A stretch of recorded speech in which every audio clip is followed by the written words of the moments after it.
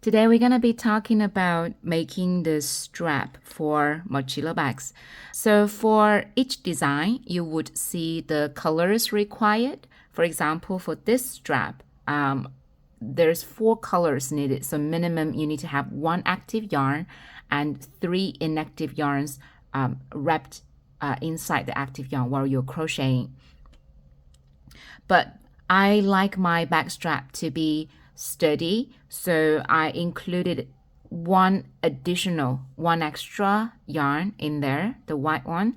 It's not going to be used throughout the pattern. I just included it so my strap is thicker and sturdier. I've made 34 stitches. It's just an example. You would actually be making much longer. 288 stitches is kind of like a standard length for making a back strap, like if you want to carry it across your shoulder. I do have like mochila bags fitted with like shorter strap, which, I just carry it around my arms. So it's up to you. You just need to calculate how many stitches you need, and the foundation chain is based on how long you want your strap to be. So this is 34 stitches, and you make the foundation stitch using the first row color, and it's not counted as one row. So now you refer to your pattern, and after making the foundation stitch, you make 1 additional stitch, chain stitch. That's the standing stitch for the first row, and then you start making the first row. Okay, so the first row is the foundation color. In this case, it's blue. And for the first row, I'm gonna make the stitch into the, can you see the bump at the back of each chain stitch?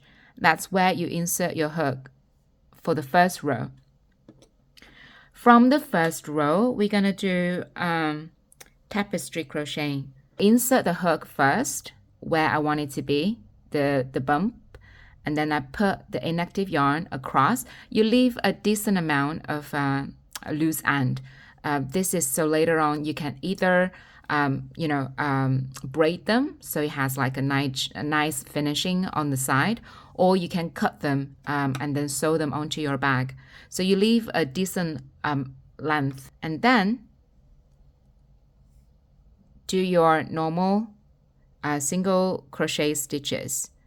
So for the first row, it's just 1 blue color. So what you do is make sure you insert the hook into the bump at the back of each chain, and then you make your single crochet stitches wrapping all the inactive yarns inside. Okay, 2, 3. Okay, so you keep making the first row, you're just making single crochet stitches into the back bumps, and then you make it to the end of your foundation row, and make sure you keep your consistency, like tension throughout. And because now you're not crocheting in the round, it's more likely for you to have like the inactive yarns like seeping through this between the stitches, which is very normal. What I do at the end is after maybe 10 stitches or 20 stitches, you adjust it by kind of pulling both ends like that, like pull it so it straightens out.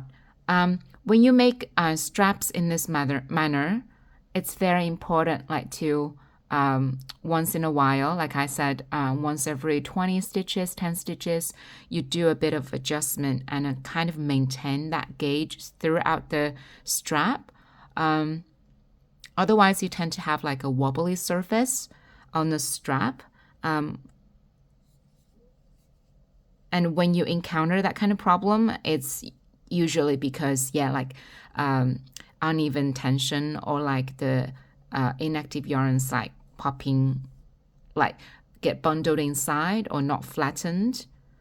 So yeah. Okay, I'm gonna fast forward to the end of the row, and we'll come back then. Okay, so I'm making the last stitch of the first row. For the strap making, each row is starting from the right and then all the way to the left. So at the each end of the row, at the end of each row, you need to kind of finish the stitch by pulling the yarn out and cutting it, leaving like a 10 centimeter loose end. So are all the wrapping yarns. Give about 10 centimeter and then cut the yarn, and you need to start over from the right side again. And then I can show you after making the first row, it looks like this. And then just like I described before, it's because of the wrapped yarns inside is not pulled straight. And then what I do is, see, I pull the color, like the red one and that red one at the end, and I pull it straight. So I do that for every color. Okay, for the second row, it's 2 blue stitches, 2 black and 2 pink, and then it's just the repeat of like black and pink. Okay, so what we do is from the first stitch, from the second row onward, again, it's every stitch is like back loop only. So, okay, for the first stitch, we put our yarn, we put the hook through the back loop, and then we're making the blue yarn, the blue, 2 stitches of blue. So we thread over the blue yarn. We'll bury the loose end along the way. And then we kind of place the inactive yarns, 4 strands of yarns, leaving like 10 centimeter like loose end. Place it on top.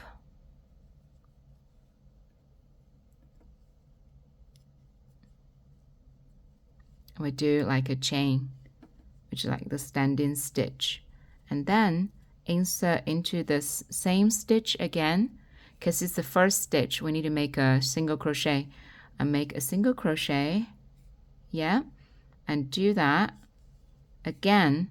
This is second stitch, but like I said, after the second stitch we need to change to black, and then what you do is do the usual color change technique. Finish the last stitch before color change with the color you are about to crochet with,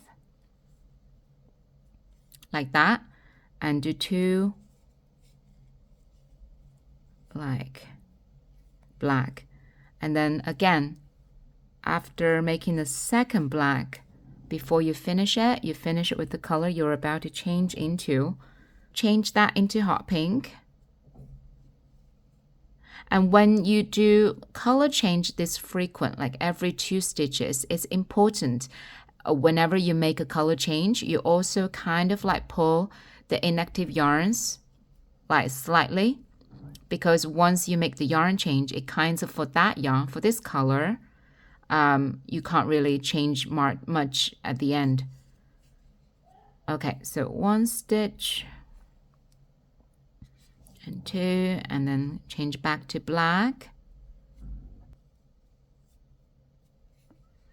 Okay, and I'm just gonna keep doing this until the second line is finished. And remember what I said about the tension is try to keep an even tension, and whenever you do a color change, do a slight pull of your yarn, yeah, and then you do that across, and then you cut the, like I did for the first row, you finish the active stitch and you leave about 10 centimeter loose end, and you cut the yarn, and you start from the third row from the right side again.